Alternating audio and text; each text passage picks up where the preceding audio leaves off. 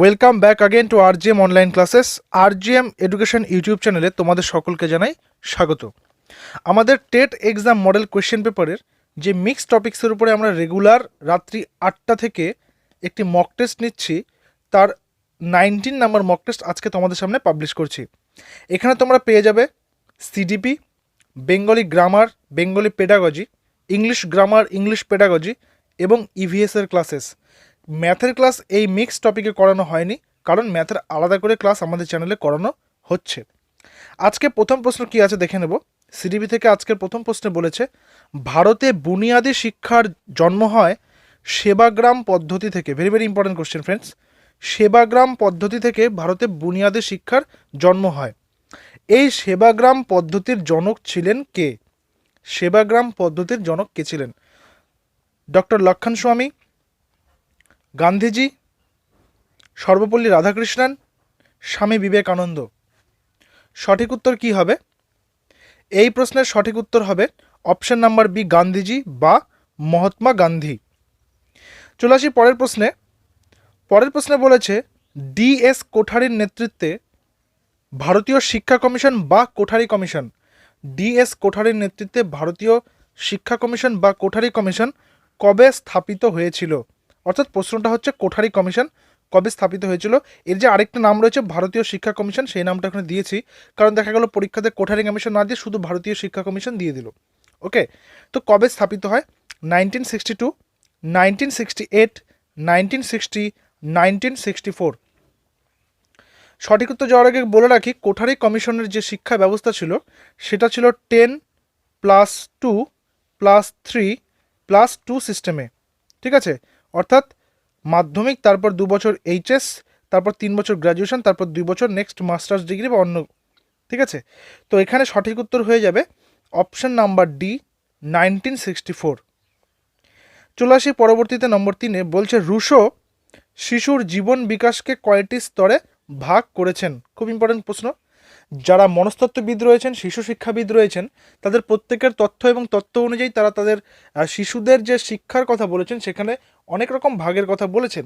তো আজকে আমাদের এই প্রশ্নে রয়েছে, রুশো শিশুর জীবনকে বা জীবনের বিকাশকে কয়টা স্তরে ভাগ করেছেন? 2, 3, 4 নাকি 5টি? সঠিক উত্তর কি হবে? সঠিক উত্তর হবে অপশন নাম্বার সি, 4টি স্তরে। একটা হচ্ছে 1 থেকে 5 বছর বয়সী, তারপর 5 থেকে 12 বছর বয়সী, তারপর 12 থেকে 15 বছর বয়সী এবং নেক্সট 15 থেকে 20 বছর বয়সী। 4টি স্তরে তিনি ভাগ করেছেন। নম্বর 4-এ বলেছে, আবেগপ্রবণ পরিপক্কতা।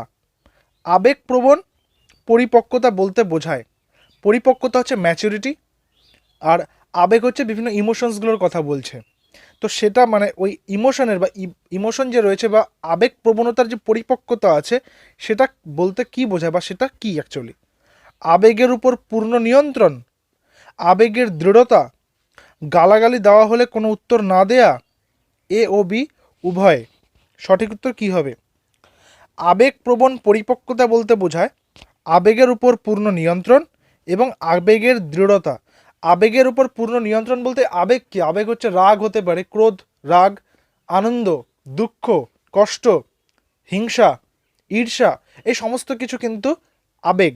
এই আবেগের উপর পূর্ণ নিয়ন্ত্রণ থাকতে হবে, অর্থাৎ জনসমক্ষে সকলের সামনে নিজের আবেগের বহিঃপ্রকাশ না ঘটানো এবং আবেগের দৃঢ়তা, সে আবেগকে দৃঢ় করতে হবে। যদি কেউ বদ্ধপরিকর হয় কোনো কিছুতে, আমি যদি বলি চাকরি পাওয়ার কথাতে, তো চাকরি পাওয়াটাও কিন্তু একটা আবেগের সঙ্গে সম্পর্কিত। কেমন? যে একটা জেদ একটা আবেগ, যে আমাকে যে আমাকে চাকরিটা পেতে হবে, তাই তো?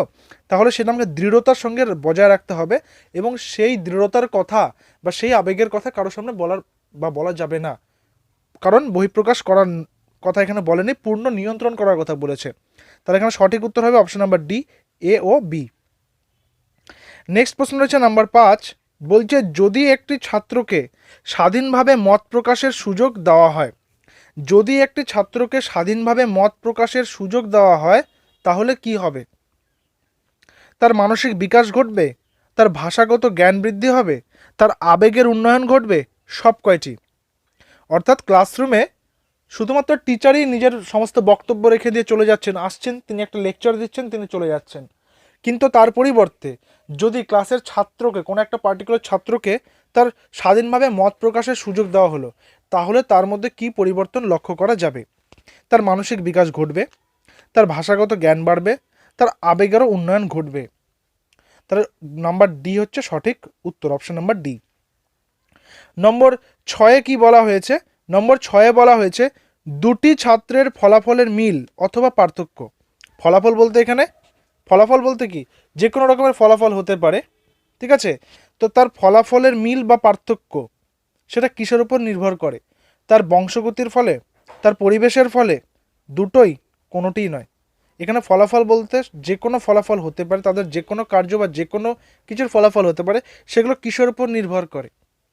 সঠিক উত্তর হবে অপশন নাম্বার সি, দুটো, অর্থাৎ তার বংশগতির উপর নির্ভর করবে, তার পাশাপাশি তার পরিবেশের উপরও নির্ভর করবে।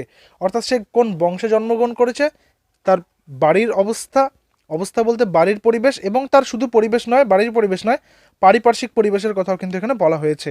Option number C is the correct answer. প্রশ্ন নম্বর 7-এ কি বলা হয়েছে? বলা হয়েছে সামাজিক বংশগতির উদাহরণ কি? প্রশ্ন নম্বর 7-এ বলা হয়েছে সামাজিক বংশগতির উদাহরণ কি? একজন ছুতরের পুত্র ছুতরই হবে, একজন সক্রিয় পিতার পুত্র সক্রিয় হবে, কুম্ভ মেলা, সব কয়টি?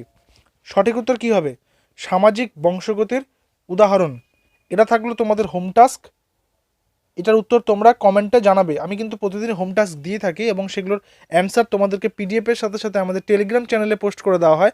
টেলিগ্রাম চ্যানেলের লিঙ্ক তোমরা নিচে ডেসক্রিপশনে পেয়ে যাবে, তোমরা সেখান থেকে যুক্ত হতে পারো, তাহলে তোমরা ফ্রি পিডিএফসগুলো পেয়ে যাবে। এই ক্লাসে যে সমস্ত প্রশ্নগুলো নিয়ে আলোচনা করা হচ্ছে তার ফ্রি পিডিএফ তোমরা সেখানে পেয়ে যাবে। নম্বর 8-এ বলা হয়েছে বাল্যকালের জন্য প্রাথমিক শিক্ষার উদ্দেশ্যগুলি কোঠারি কমিশন স্থির করেছে, তার চতুর্থ উদ্দেশ্য কোনটি? অর্থাৎ বাল্যকালে যে শিক্ষাদান করা হবে, ঠিক আছে, সেই বাল্যকালে শিক্ষাদানের জন্য বা প্রাথমিক শিক্ষার জন্য কোঠারি কমিশনের যে উদ্দেশ্যগুলো স্থির করা হয়েছে তার চতুর্থ উদ্দেশ্য, ঠিক আছে, তার যে অবজেক্টিভসগুলো রয়েছে তার মধ্যে 4th নাম্বারটা কি আছে? প্রাক্ষবিক পরিণমনে সাহায্য করা, সৌন্দর্যানুভূতি বিকাশে সাহায্য করা, সৌন্দর্যানুভূতি বলতে সৌন্দর্যের প্রতি অনুভূতি, শিক্ষার মধ্যে বাঞ্ছনীয় সামাজিক মনোভাব ও আচরণের বিকাশ ঘটানো, নাকি শিশুকে স্বাস্থ্যকর করে গড়ে তোলা? সঠিক উত্তর হবে অপশন নাম্বার বি, অর্থাৎ সৌন্দর্যের প্রতি অনুভূতি বিকাশে সাহায্য করা। Option number B is the correct answer. এবার কোশ্চেন নাম্বার 9-এর দেখি কি বলেছে। একটি উক্তি দেওয়া হয়েছে, ভেরি ভেরি ইম্পর্টেন্ট একটা উক্তি রয়েছে, যে বয়ঃসন্ধি কাল হলো এমন একটি বস্তুর স্তর আদর্শ ধারণাগত দিক থেকে বা দিকের পাশাপাশি বাস্তবের মধ্যে মানিয়ে চলাই প্রবণতামূলক সময়কাল। এই কথাটা কে বলেছেন? অর্থাৎ বয়ঃসন্ধি কাল হলো এমন একটি বয়স্তর যে স্তর আদর্শ ধারণাগত দিকের পাশাপাশি বাস্তবের সঙ্গে মানিয়ে চলার প্রবণতামূলক সময়কাল। পিয়াজে, রাসেল, হল, পিকুনাস। সঠিক উত্তর হবে পিয়াজে, option number A is the correct answer. এবং সিডিপি থেকে আজকে শেষ প্রশ্ন, তারপরে আমরা নেক্সট অধ্যায়গুলোতে যাব, নেক্সট ভাষাগুলো মানে ভাষাগত যে সাবজেক্টগুলো রয়েছে অর্থাৎ বাংলা, ইংরেজি, তারপর আমরা ইভিএসে যাব। বলছে বৃত্তিমূলক শিক্ষার কোন ভাগ ভাষা বিভাগের সঙ্গে যুক্ত আছে? Very very important. বৃত্তিমূলক যে শিক্ষা রয়েছে তার কোন ভাগ ভাষা বিভাগের সঙ্গে যুক্ত আছে? কৃষি বিজ্ঞান, বিদেশি বিজ্ঞান, পদার্থবিজ্ঞান, রসায়ন বিজ্ঞান। সঠিক উত্তর কি হবে? এই প্রশ্নের সঠিক উত্তর হবে অপশন নাম্বার বি, বিদেশি বিজ্ঞান। এবার আমরা আলোচনা করব আজকে বাংলা ব্যাকরণ নিয়ে। বাংলা পেডাগজির উপরে অলরেডি 30টা ক্লাস তোমাদের জন্য করানো হয়েছে আমাদের চ্যানেলে। সেখানে তোমরা শুধুমাত্র বাংলা পেডাগজির পৃথক প্রশ্নগুলো তোমরা পেয়ে যাবে। 30টা ক্লাসে আলাদা আলাদা করে রয়েছে তার উত্তর সহ। তো তোমরা চাইলে সেগুলো কিন্তু দেখতে পারো, আমাদের চ্যানেলে আলাদা করে ভিডিও প্লেলিস্ট বানানো রয়েছে। এবার বলতে হবে বাংলা ব্যাকরণের আজকে প্রথম প্রশ্ন রয়েছে নিচের কোনটা ভুল, অর্থাৎ কোনটা ঠিক নয়, 4টার মধ্যে কোনটা ভুল আছে সেটা বলতে হবে। কাঁদ যোগ উনি কাঁদুনি, ভূত যোগ ভূত, শান যোক্তি শান্তি, হন যোক্তব্য হন্তব্য। সঠিক উত্তর কি হবে? সঠিক উত্তর হবে এখানে ভুল রয়েছে অপশন নাম্বার বি, ভূত যোগ অ। ভূত যদি শেষে অ থাকে, শেষে অ থাকলে উচ্চারণটা ভূত হতো, ভূত, কিন্তু ভূত অত হবে না, তাহলে অটা বাদ যাচ্ছে, এখানে অ কিন্তু হবে না। ঠিক আছে, তয়ের নিচে এখানে হসন্ত, অর্থাৎ এটা রুদ্ধ দল রয়েছে।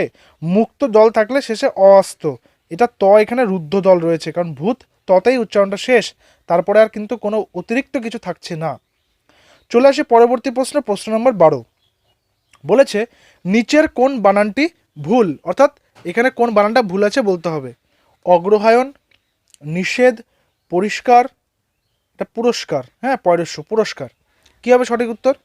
দেখো, অগ্রহায়ণ হচ্ছে একটি বাংলা মাসের নাম, এখন যে মাসটা চলছে, হ্যাঁ অগ্রহায়ণ। নিষেধ মানে কোনো কিছু নিষেধ করা, পরিষ্কার করা কোনো কিছুকে, পরিষ্কার করা মানে আমরা বুঝতে পারছি নিট অ্যান্ড ক্লিন করা, আর পুরস্কার করা মানে হচ্ছে কোনো কিছুর কে কাউকে অ্যাওয়ার্ড দেওয়া বা পুরস্কার করা।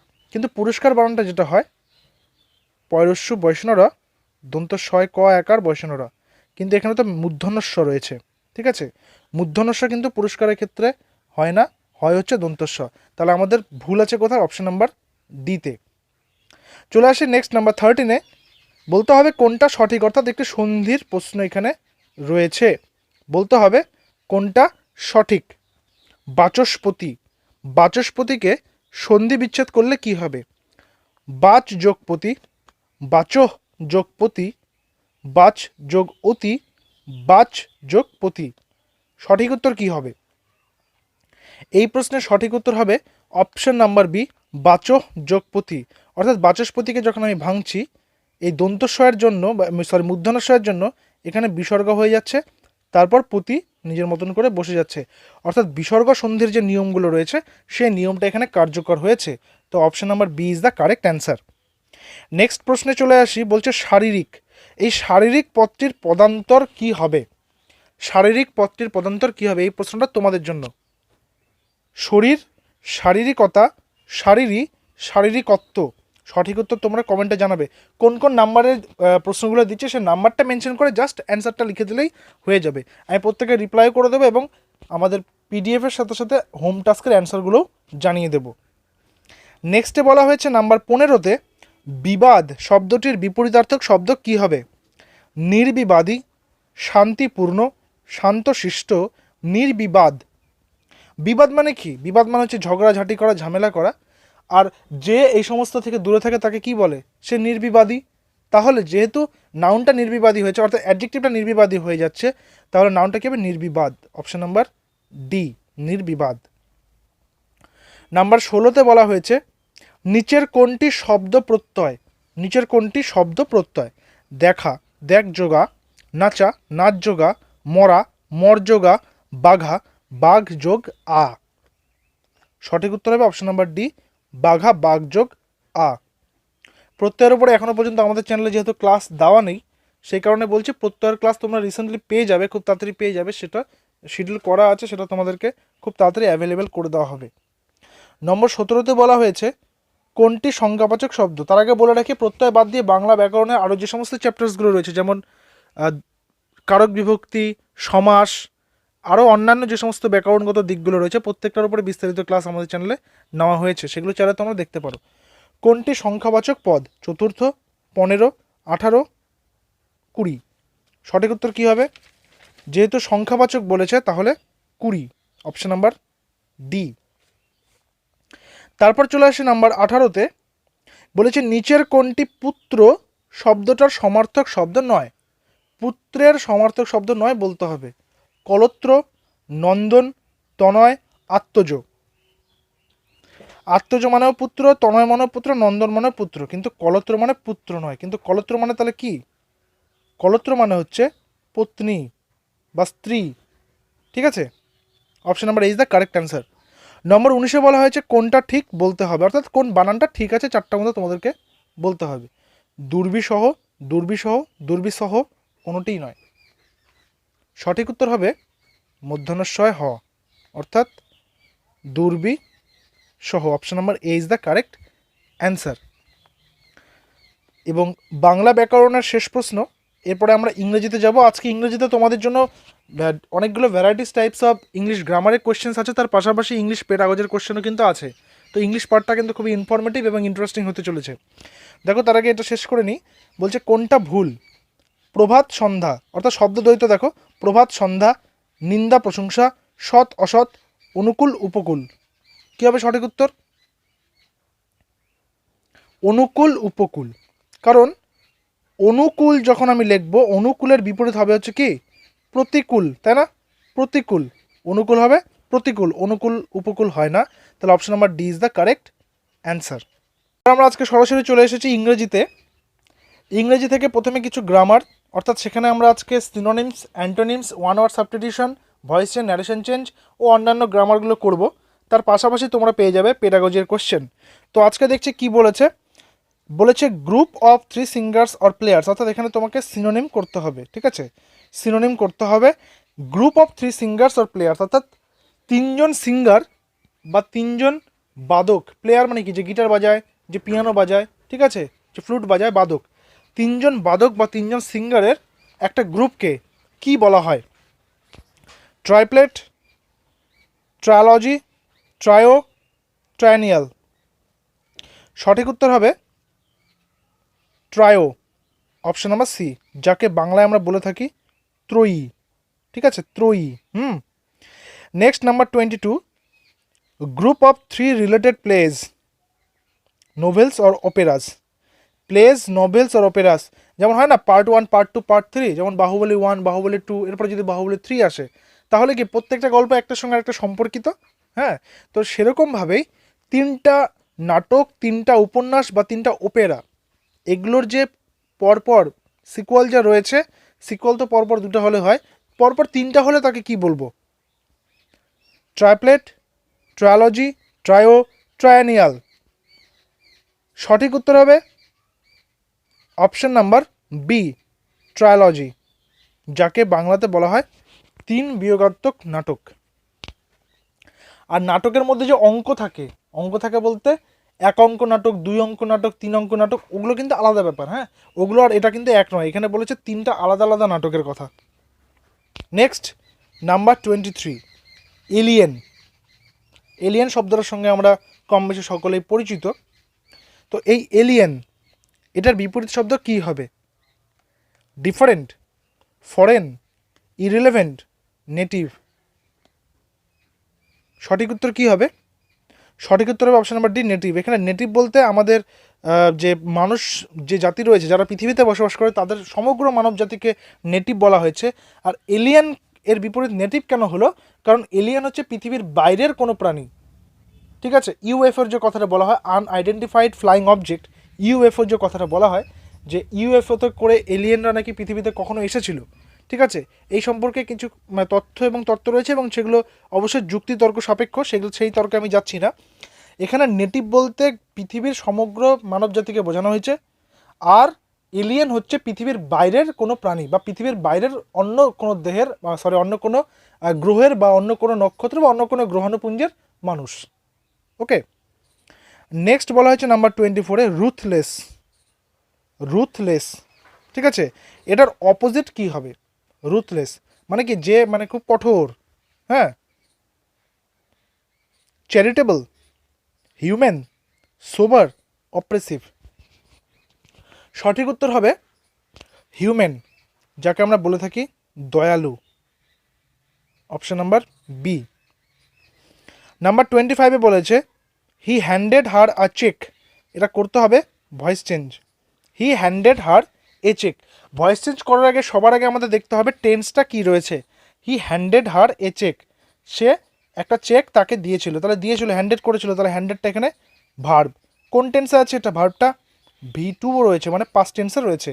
অর্থাৎ সাবজেক্টের সাথে, সাবজেক্ট এখানে আছে হি, সাবজেক্টের সাথে যখন ভার্ব টু বসলো তখন সেটা হয়ে গেল কি সিম্পল পাস্ট টেন্সের একটা উদাহরণ। এবার আমাদের দেখতে হবে ভয়েস চেঞ্জ করার জন্য অবজেক্ট খুঁজতে হবে। এখানে অবজেক্ট কি আছে? কি দিয়েছিল? চেক। কাকে দিয়েছিল? হার। তার মানে অবজেক্ট নাম্বার 1, অবজেক্ট নাম্বার 2, দুটো অবজেক্ট রয়েছে।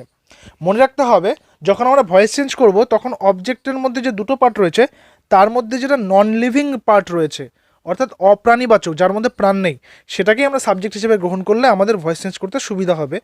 শুধুমাত্র সেটাকেই করতে হবে তার কোনো মানে নেই, আমরা লিভিং অবজেক্টটাকেও নিতে পারি, বাট নন লিভিংটাকে নিলে সেটা খুব ভালো হয় গঠনটা। দেখো এখানে কিভাবে আমরা করব, তাহলে কী হবে, এ চেকটা সামনে আসবে, যেহেতু পাস্ট টেন্সে রয়েছে, সিম্পল পাস্টে রয়েছে, তাহলে আমাদের নিয়মটা কি দাঁড়াবে? ওয়াজ অবলিক ওয়্যার প্লাস V3, তাই তো। যেহেতু এ চেক আসে তাহলে এখানে ওয়াজ বসবে, ওয়্যারটা বসবে না, ওয়াজের সঙ্গে ভার্বের থার্ড ফর্ম বসবে, মেইন ভার্বে। তো দেখি কোথায় কোথায় করেছে ওয়াজের সঙ্গে থার্ড মানে ভার্বের থার্ড ফর্ম। নিচ থেকে আমরা দেখে আসি অপশন নাম্বার ডিতে আছে ইজ বিং হ্যান্ডেড, বাদ চলে গেল এটা।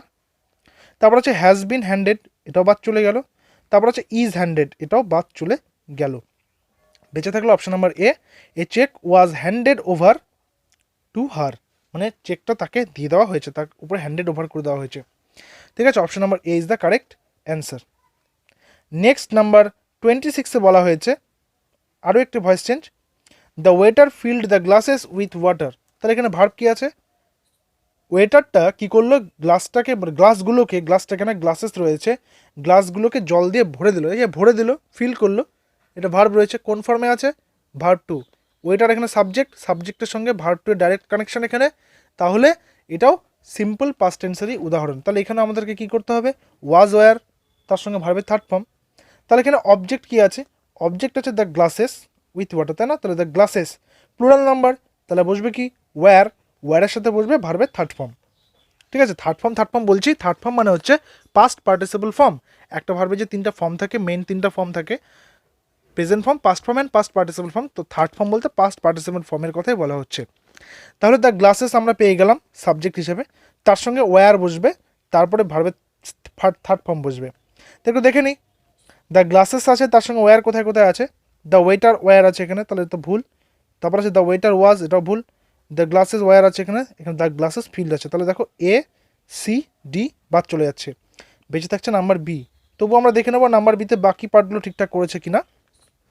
আমাদের আলোচনার বিষয় এখন হচ্ছে নাম্বার বি, বাকি তিনটা ভুল পেয়ে গেলাম আমরা, তাই তো, এগুলো বাদ চলে গেল।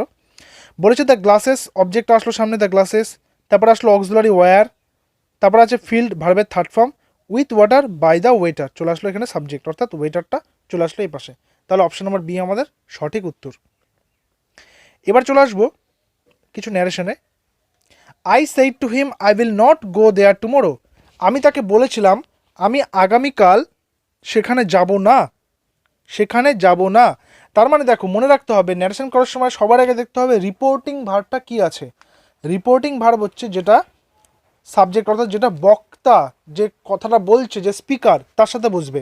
তাহলে সেইড আছে, অর্থাৎ পাস্ট টেন্স, তাই না, পাস্ট টেন্স আছে।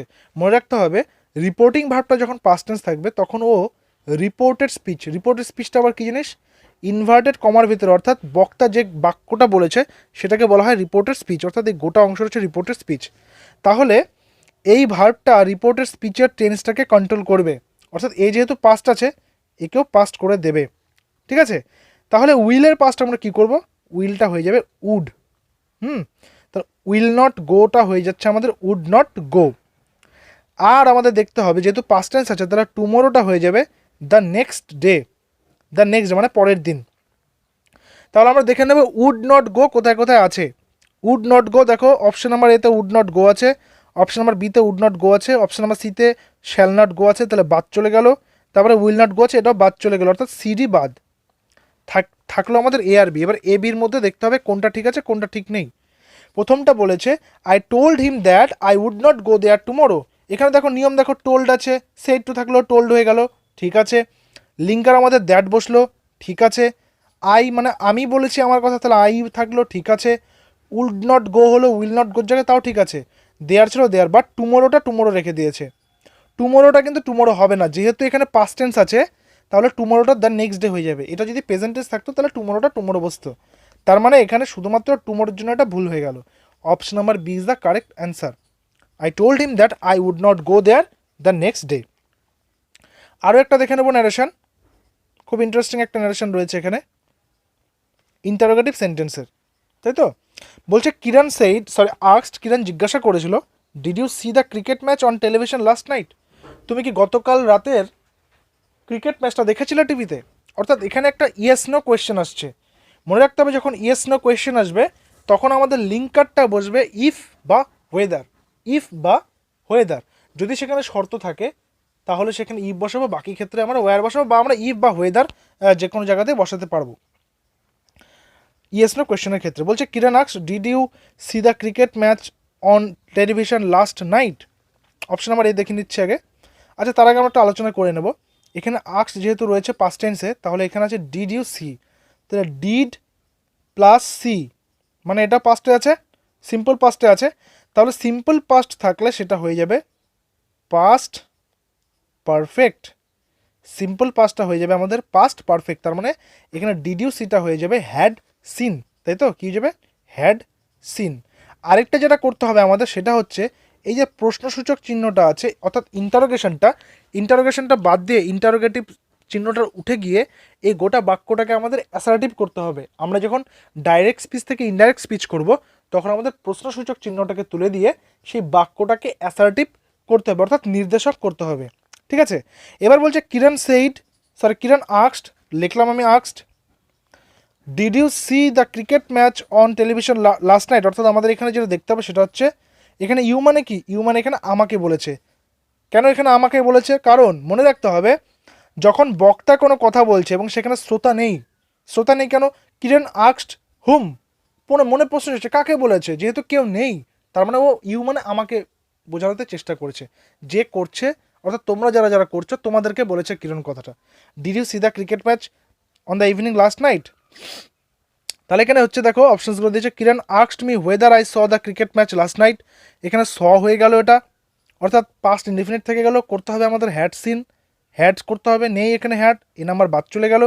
বি নাম্বার বলেছে Kiran asked me whether I had seen the cricket match on television the previous night, ঠিক আছে এখানে হ্যাড সিনই করলো। তারপরটা বলছে Kiran asked me did I see, কাটা, হ্যাড নেই। তারপর বলছে Kiran asked me whether I have seen, নেই এখানে হ্যাড নেই, কাটা। তাহলে আমাদের বেঁচে থাকছে নাম্বার বি। দেখে নেবো বাকি নিয়মগুলোকে বি মেনটেন করেছে কিনা। কিরণ আস্কড মি, কিরণ আমাকে বলেছিল, whether I had seen the cricket match on the television the last নাইটটা হয়ে গেল দ্য প্রিভিয়াস নাইট, একদম ঠিক। তাহলে অপশন নাম্বার বি আমাদের হয়ে গেল সঠিক উত্তর। এবার আমরা যাব কিছু ইংলিশ পেডাগজিতে। দেখো ক্লাসেসগুলো যদি ভালো লাগে কমেন্ট অবশ্যই তোমরা জানিও, তোমাদের কমেন্ট আমাদেরকে অনেক বেশি ইন্সপায়ার করে, মোটিভেট করে। নাম্বার 29 বলছে a good teacher is one, একজন ভালো টিচার ইজ ওয়ান হু, অর্থাৎ একজন ভালো টিচার হবেন যিনি give them ample opportunities to learn, ample মানে হচ্ছে যথেষ্ট বলা যেতে পারে বা প্রচুর অপরচুনিটি দেবে, অর্থাৎ একজন ভালো টিচার তার স্টুডেন্টদেরকে অনেক অপরচুনিটিস দেবেন যাতে তারা শিখতে পারে। নাকি হু গিভস দেম ইউজফুল ইনফরমেশন, নাকি টিচাররা শুধুমাত্র তাদেরকে সমস্ত গুরুত্বপূর্ণ এবং উপযোগী ইনফরমেশনগুলো দেবেন। হু এক্সপ্লেন্স কনসেপ্টস অ্যান্ড প্রিন্সিপালস, যিনি তাদেরকে বিভিন্ন কনসেপ্ট অর্থাৎ কোনো কিছুর ধারণা এবং কোনো কিছুর যে মূল্যবোধ নীতি সেগুলো সম্পর্কে জ্ঞান দেবেন। Who gives printed notes to students, নাকি যিনি শুধুমাত্র নোট দিয়ে দিবেন এই যেগুলো পড়ে নিস তোরা বাড়িতে, তো আমার কাজ শেষ, অর্থাৎ টিচার বললো আমার কাজ শেষ, এই আমি জেরক্স দিয়ে দিচ্ছি তোরা নিয়ে নে, তোরা গিয়ে বাড়িতে পড়বি। কী হবে সঠিক উত্তর? একজন গুড টিচার মানে আদর্শ টিচার, একজন ভালো টিচারের গুণ কী হওয়া উচিত? যিনি স্টুডেন্টদেরকে অপরচুনিটিস দেবেন, যিনি স্টুডেন্টদেরকে দিয়ে কাজ করাবেন। কীরকম কাজ? কোনো একটা টপিক তিনি পড়ালেন এবং সেখান থেকে তিনি তাদেরকে বিভিন্ন রকমের কম্প্রিহেন্সিভ কোশ্চেন বারবার করে করতে দিচ্ছেন যাতে তারা বারবার করে প্র্যাকটিস করার মধ্য দিয়ে সেই অপরচুনিটিসগুলোকে কাজে লাগিয়ে তারা শিখতে পারে। তাহলে option number A is the correct answer.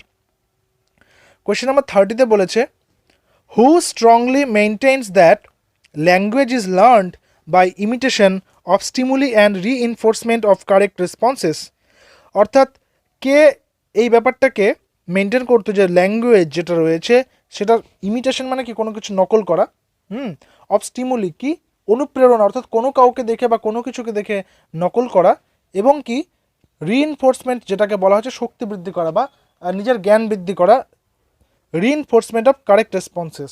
ঠিক আছে, তো এই কথাটা কে বলেছিলেন? Albert Bandura, Kurt Lewin, Tolman, BF Skinner. সঠিক উত্তর কি হবে? এই প্রশ্নের সঠিক উত্তর হয়ে যাবে BF Skinner, option number D is the correct answer. এবার আমরা প্রাইমারি পরীক্ষার উপযোগী ইভিএস থেকে কিছু বাছাই করা গুরুত্বপূর্ণ প্রশ্ন তোমাদের সামনে রাখতে চলেছি। আজকের আমাদের ইভিএস এর প্রথম প্রশ্নই হলো ভূগর্ভস্থ জল। ভূগর্ভস্থ জলটা কি? যেটাকে আমরা কি বলে থাকি? ভৌম জল, তাই তো, যেটা মাটির নিচে জমা থাকে। ভূগর্ভস্থ জল দূষণের জন্য দায়ী মৌলটার নাম কি? অর্থাৎ মাটির নিচের জল এই মৌলগুলোর মধ্যে কোন মৌল দ্বারা দূষিত হয়? সীসা, আর্সেনিক, পারদ, কোনোটিই নয়। সঠিক উত্তর কি হবে? এই প্রশ্নের সঠিক উত্তর হবে অপশন নাম্বার বি, আর্সেনিক। ঠিক আছে, এই আর্সেনিকের ফলে কী রোগ হয়? ব্ল্যাকফুট। ব্ল্যাক ফুট রোগ হয়। পারদ দূষণের ফলে কি হয়? মিনামাটা, তাই তো? মিনামাটা, এগুলো সম্পর্কে একটা কিন্তু ক্লাস আমাদের রয়েছে পরিবেশ দূষণের উপরে। সেখানে মিনামাটা রোগ কেন, কোথা থেকে এসছে, এই জাপানের একটি সাগরে পারদ মিশ্রিত হয়ে প্রচুর প্রাণী, মানুষ, উদ্ভিদ সমস্ত কিছু মারা যায়, সেখান থেকে সেই রোগটার নাম আসে মিনামাটা। ঠিক আছে, সেখানে তোমরা পেয়ে যাবে ক্যাডমিয়াম রোগের কথা, ক্যাডমিয়াম দূষণের ফলে কী রোগ হয়, আউচ আউচ বা ইতাই ইতাই, আরও অনেক রকম দূষণের কথা সেখানে বলা হয়েছে। তোমরা চাইলে সেই ক্লাসটা দেখতে পারো। ঠিক আছে, তো এই প্রশ্ন সঠিক উত্তর হয়ে যাচ্ছে কি আর্সেনিক দূষণ বা আর্সেনিকের ফলে। নাম্বার 32-তে বলা হয়েছে অক্সিজেন পন্ড। ঠিক আছে, অক্সিজেন পন্ড তৈরি করা হয় বা তৈরি হয় কিসের জন্যে? জল পরিশোধনের জন্য, বায়ু পরিশোধনের জন্য, অক্সিজেন সঞ্চয়ের জন্য, মাটি শোধনের জন্য। অক্সিজেন পন্ড, সঠিক উত্তর হবে জল পরিশোধনের জন্য। Option number A is the correct answer. Number 33-তে বলা হয়েছে DOM, ডোম। ডোম কি? ডোম কি জানার আগে আমরা বলে নিই ডোমের পুরো নামটা কি। ডোমের পুরো নাম হচ্ছে dissolved organic matter. Dissolved organic matter, ঠিক আছে। এটা কি? পচনশীল জৈব পদার্থ, দ্রবীভূত জৈব পদার্থ, বিয়োজিত জৈব পদার্থ, পচনশীল অজৈব পদার্থ। সঠিক উত্তর কি হবে? এই প্রশ্নের সঠিক উত্তর হবে দ্রবীভূত জৈব পদার্থ, যেহেতু ডিজলভ বলেছে ওখানে। ঠিক আছে, তো দ্রবীভূত জৈব পদার্থ, option number B is the correct answer. Number 34-এ বলেছে চিপকো আন্দোলনের চিপকো। এই চিপকো শব্দটা, হ্যাঁ, চিপকো আন্দোলন নিয়ে কিন্তু আমরা প্রায় প্রতিদিনই ক্লাস করাচ্ছি। 1973-তে যে আন্দোলনটা হয়েছিল উত্তরপ্রদেশের গাড়োয়াল, বর্তমানে উত্তরাখণ্ডে, অর্থাৎ সেখানকার স্থানীয় বাসিন্দারা সেখানকার বনসৃজনকে রক্ষা করার জন্য সরকারের বিরুদ্ধে তারা একটি আন্দোলন করে এবং তারা গাছগুলোকে জড়িয়ে ধরে দাঁড়িয়ে থাকে, মানে চিপক যাও বা চিপকো, যেটাকে বাংলা আমরা চিপকো বলছি, সেটা চিপক যাও, এবং তারা গাছগুলোকে জড়িয়ে ধরে গাছগুলো কাটতে তারা বাধা দেয়, যার ফলে সেই আন্দোলনটা পরবর্তীতে সাকসেসফুলি তারা জিততে পেরেছিল। তো এই যে চিপকো, এটা কী ধরনের শব্দ? বাংলা শব্দ, হিন্দি শব্দ, উর্দু শব্দ, কোনোটিই নয়। সঠিক উত্তর কী হবে? সঠিক উত্তর হবে হিন্দি শব্দ, option number B is the correct answer. Number 35-এ বলা হয়েছে ইআইএস। ইআইএস একটি পরিবেশ সংক্রান্ত কি তথ্য ব্যবস্থা, প্রকল্প, উত্থান নাকি প্রচার ব্যবস্থা? খুবই ইম্পর্টেন্ট কোশ্চেন এটা। ইআইএস, ইআইএস এর ফুল ফর্ম কি? ইআইএস এর ফুল ফর্ম হচ্ছে environmental impact system. Environmental impact system. তো এটা কি? এটা হচ্ছে এক ধরনের তথ্য ব্যবস্থা, option number A is the correct answer. Number 36-এ বলা হয়েছে সাইলেন্ট ভ্যালি আন্দোলন, খুব ইম্পর্টেন্ট। প্রত্যেকটা আন্দোলন কিন্তু পড়তে হবে। নর্মদা বাঁচাও আন্দোলন, জঙ্গল বাঁচাও আন্দোলন, চিপকো আন্দোলন, সাইলেন্ট ভ্যালি আন্দোলন এবং অন্যান্য যে সমস্ত আন্দোলনগুলো রয়েছে পরিবেশ রক্ষার্থে। এই সাইলেন্ট ভ্যালি আন্দোলন এক ধরনের কী আন্দোলন?